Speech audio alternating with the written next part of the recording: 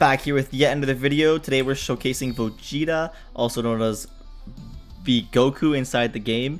You can see when he spawns, he actually gets like a little summoning effect. It's completely new.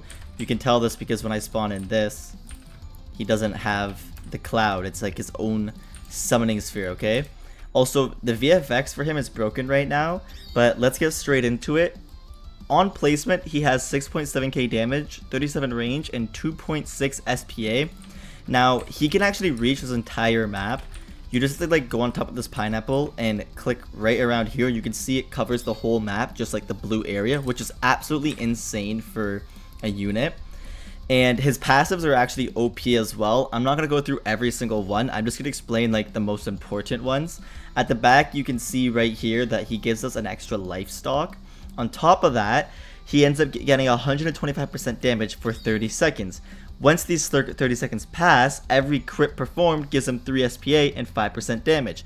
Also, every attack he does gives him a 10% crit damage and 5% crit chance, up to 50% and 25%.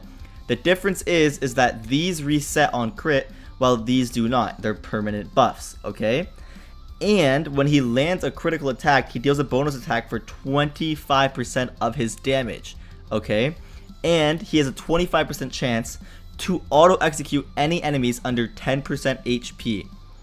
Now, the last final one that's really good is the fact that when Vegito is targeted by an enemy attacker, so for example, mostly bosses or attackers, he has a 60% damage reduction and counters with 70% of his damage.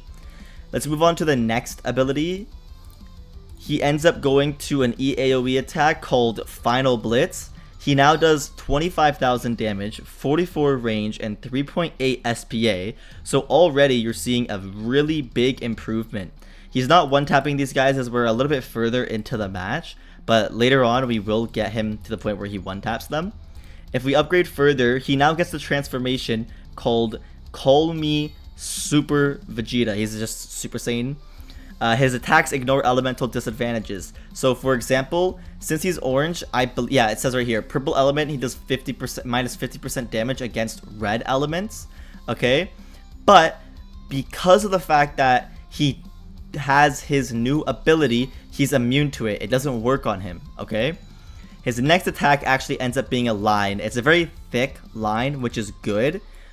It ends up doing 95k damage and 57 range with 6.5 SPA. Again, you can see up here that the SPA is actually lower because of the fact that he ends up getting his passive right here, minus 15% SPA, which allows him to do much more damage.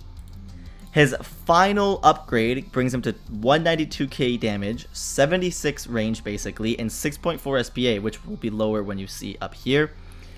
His new ability is I don't want to see a trace of you left. So when you upgrade him to the final ability, you can see here, he also has no orb on him, just so that you guys know, it's just full triple S, as you can see, and max level.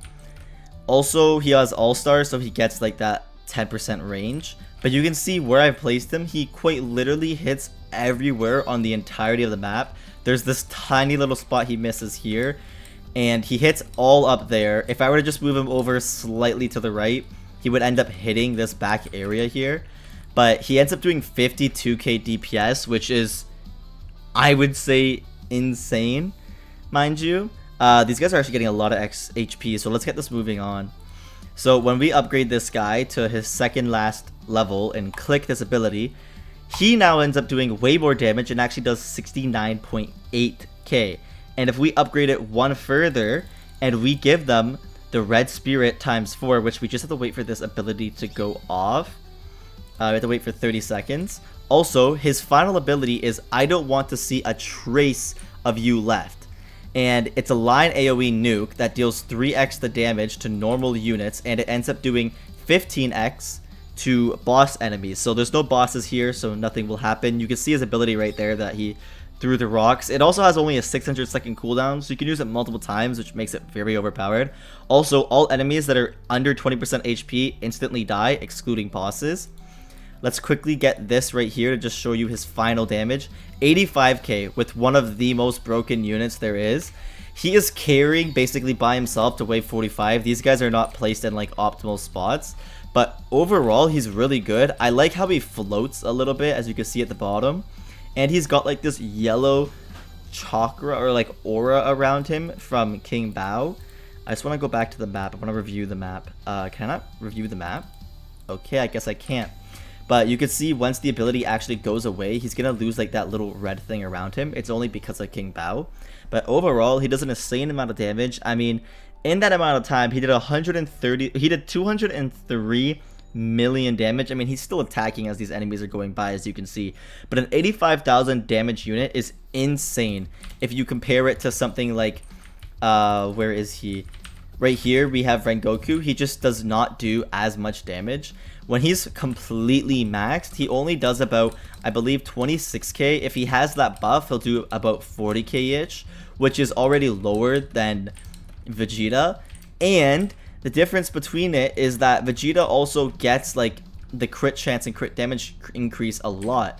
Yes, Rengoku has his burn, which is extremely good, but in my opinion, I think Vegito is just slightly better, if not on par with Rengoku, because of the fact that Rengoku has an E-AOE, which is just better than line attacks because he can hit multiple, like for example, let's say a line attack, he's attacking a unit there, it'll only attack like 1, 2, 3 units, while an E-AOE, if it's attacking there, it'll attack a couple in front and a couple behind, and if it attacks like here, for example, it'll hit here, here, and here. So overall, just really good. The model itself was absolutely amazing as well. I absolutely love it.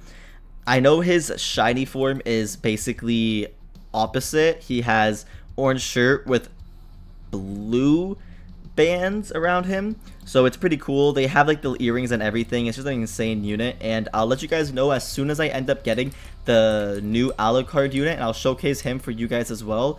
Without further ado though, I hope you guys did enjoy the video, and I will be posting his VFX once they actually get fixed. And yeah, that's about it. Have a great day.